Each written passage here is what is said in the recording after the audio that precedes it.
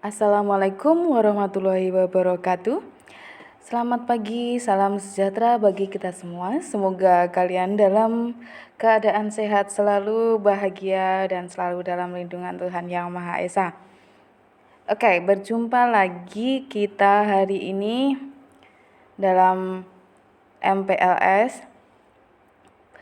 Nah, kali ini kita akan membahas tentang wawasan Wiyata Mandala. Nah, bagi kalian mungkin sudah tidak asing lagi tentang wawasan Wiyata Mandala, tapi akan kita bahas dulu pengertiannya wawasan Wiyata Mandala itu apa. Nah, wawasan Wiyata Mandala itu terdiri dari 3 kata yang disusun menjadi sebuah kalimat gitu.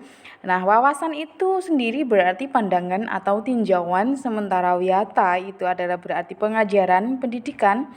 Mandala itu berarti bulatan kawasan dan lingkungan. So, kalau digabung wawasan Wiyata Mandala itu adalah cara memandang sekolah sebagai lingkungan pendidikan dan pembelajaran.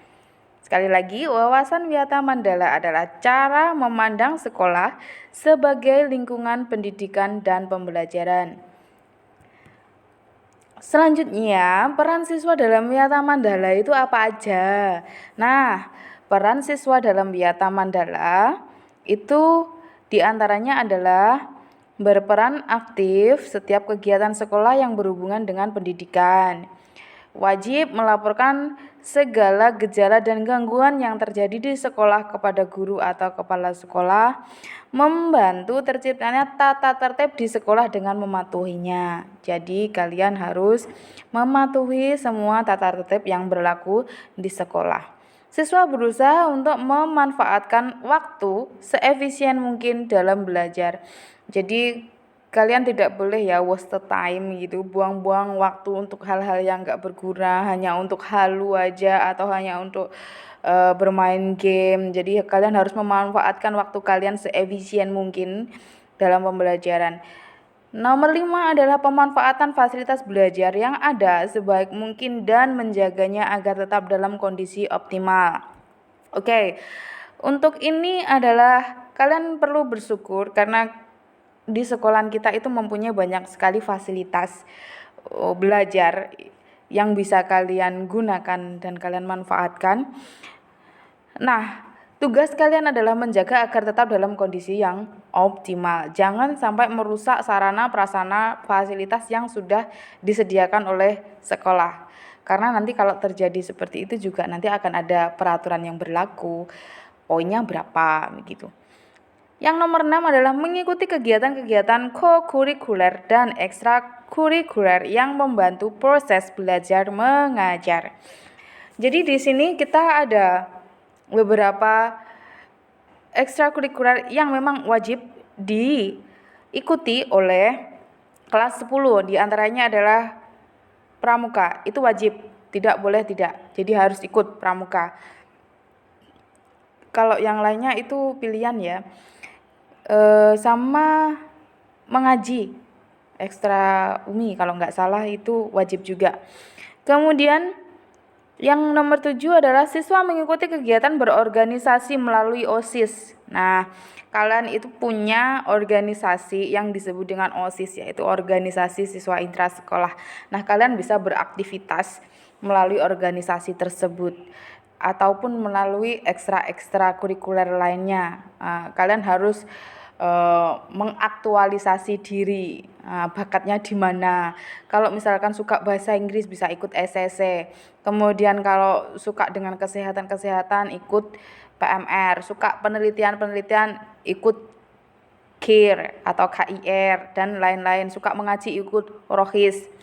Oke, kemudian yang nomor 8 dan itu adalah menghindari tindakan yang mengganggu ketertiban dan proses KBM. Jadi kalian itu tidak boleh mengganggu ketertiban, membuat onar, dengan tidak mentaati peraturan dan sebagainya, itu sudah mengganggu ketertiban dan juga tidak boleh mengganggu proses kegiatan belajar mengajar. Selanjutnya adalah proses seorang siswa untuk bisa memiliki wawasan Wiyata Mandala. Jadi gimana sih agar kalian itu bisa mewujudkan wawasan Wiyata Mandala gitu.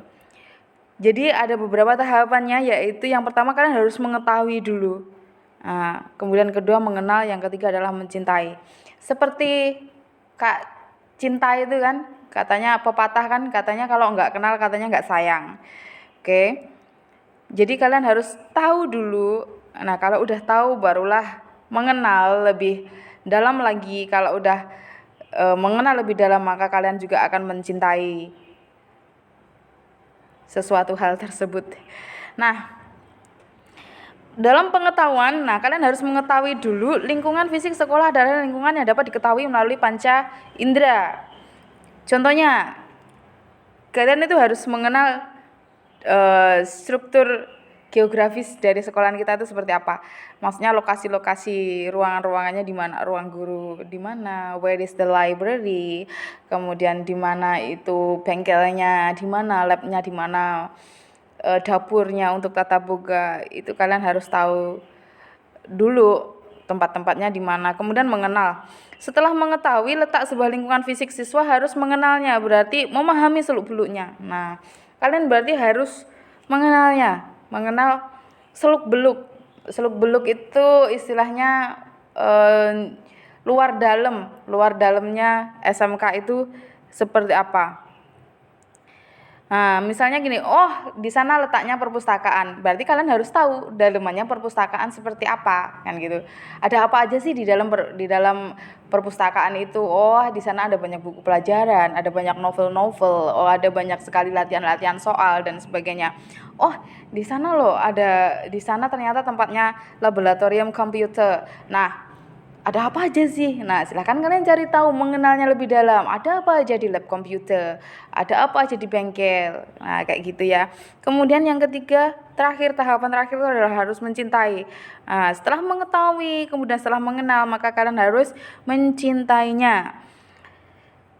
Contohnya gimana sih Bu mencintai lingkungan sekolah itu? Nah, kalau sudah mengenal perpustakaan tersebut misalnya, dicintainya yaitu dengan cara memanfaatkannya dengan sebaik mungkin, dan kalau sudah digunakan sebaik mungkin dan juga harus dirawat juga dengan sebaik mungkin gitu.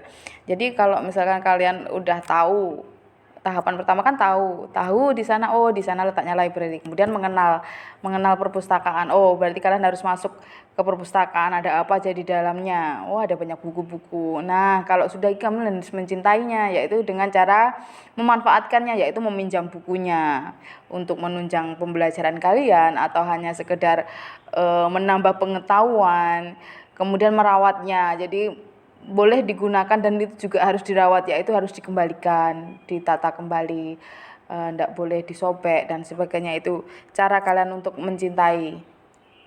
Selanjutnya adalah 7K. Nah, ini udah sering sekali ya kalian tahu apa itu 7K. Jadi kalian sebagai siswa itu harus menerapkan 7K. Keamanan, kenyamanan, kekeluargaan, kedisiplinan, kerindangan, kebersihan, keindahan, dan ketertiban. Jadi kalian harus menciptakan lingkungan yang aman. Maksudnya nggak boleh membuat onar, nggak boleh tengkar sama temennya, nggak boleh bullying sama temennya. Biar kita semua itu merasa aman dan nyaman belajar di SMKN 1 Badekan. Kemudian kekeluargaan. Ya, kekeluargaan itu adalah sebuah hubungan interaksi sosial secara perasaan, bahwa kita itu adalah satu keluarga. Jadi kalau satu keluarga itu adalah kita harus saling menyayangi, saling hormat menghormati, tidak boleh saling menjelekkan, tidak boleh namanya sama temennya, tidak boleh egois kayak gitu, harus teplos liro, harus kasih sayang seperti itu. Kemudian kedisiplinan.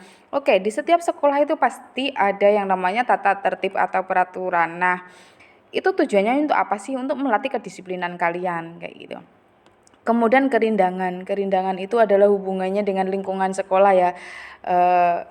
Jadi kita harus menjaga kelestarian lingkungan di sekolahan kita itu. Jangan sampai sekolahan kita itu terlihat gersang dan sebagainya. Maka kalian juga itu ada namanya ekstra LH ya, yaitu lingkungan hidup. Nah, mereka penggiat-penggiat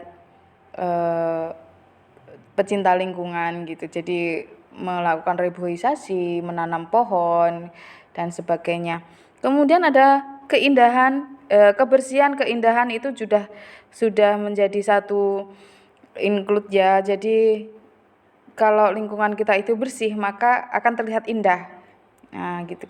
Beda lagi kalau misalnya lingkungan kita kelihatannya kotor, ada sampah di mana-mana. Apa iya akan kelihatan indah? Tentu saja enggak kan.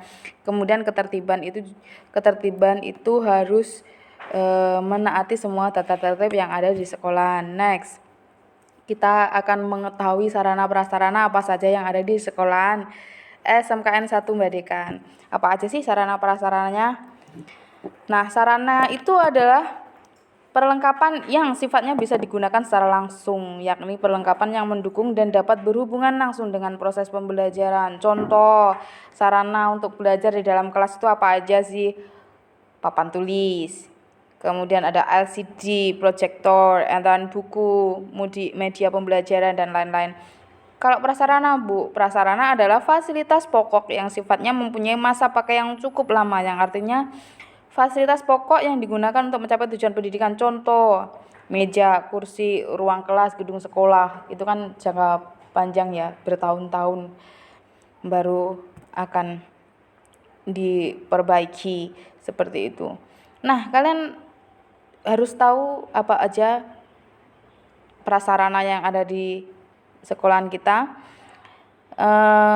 Seperti yang ada contoh, itu ada lapangan di tengahnya sekolahan kita itu ada lapangan upacara, kemudian dikelilingi oleh gedung bertingkat 2, sebelah barat itu adalah ruangan kelas, sebelah utara juga ruangan kelas, sebelah timur itu adalah aula untuk Bapak Ibu guru dan juga aula yang di atas itu ada aula siswa. Kemudian ada ruangan Bapak Ibu guru, ada ruangan tata usaha, ada ruang kepala sekolah.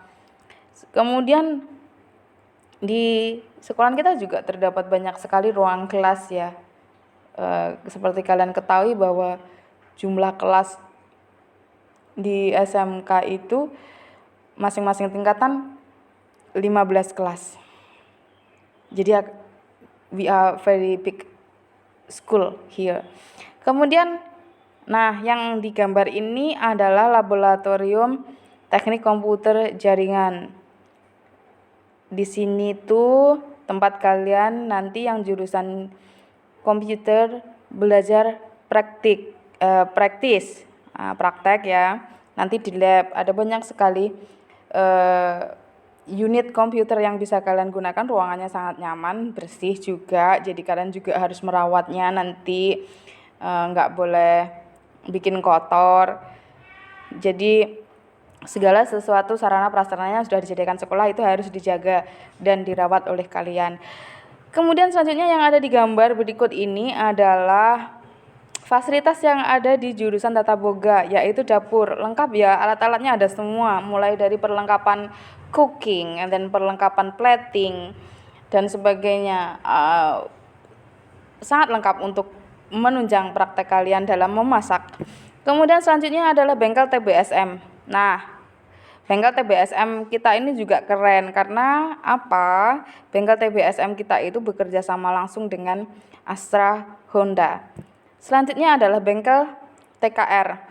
Bengkel TKR adalah yang paling besar ya, karena memang unitnya yang di dalamnya juga besar-besar karena untuk praktek membongkar mobil seperti itu. Kemudian, nah kita sampai pada akhir dari video ini. Nah, ini adalah tugas yang harus kalian kerjakan dan nanti akan dikumpulkan melalui Google Form yang akan di-share oleh operator. Tugasnya adalah 1. Jelaskan mengapa Anda memilih SMKN 1 Mbak Dekan. Tulis alasan kalian mengapa kalian pilih SMKN 1 Mbak Dekan. Yang kedua, jelaskan apa yang dimaksud sarana dan sebutkan contohnya. Udah ada tadi di depan, udah Ibu jelaskan tadi, so kamu harus putar ulang lagi ke depan. Sarana itu apa? Contohnya apa? Yang ketiga, jelaskan apa yang dimaksud prasarana dan sebutkan contohnya. Sama, di depannya tadi juga ada. Kemudian yang keempat, bagaimana cara Anda merawat agar sarana dan prasarana sekolah tidak mudah rusak. Oke. So, karena ini adalah akhir dari video ini, so saya mau mengucapkan terima kasih sudah mau menonton video ini dan semoga kalian tetap semangat dalam mengikuti MPLS online kali ini dan kerjakan tugasnya dan dikumpulkan tepat waktu. Oke, terima kasih atas perhatiannya. Dari saya, wassalamualaikum warahmatullahi wabarakatuh. Salam sehat selalu.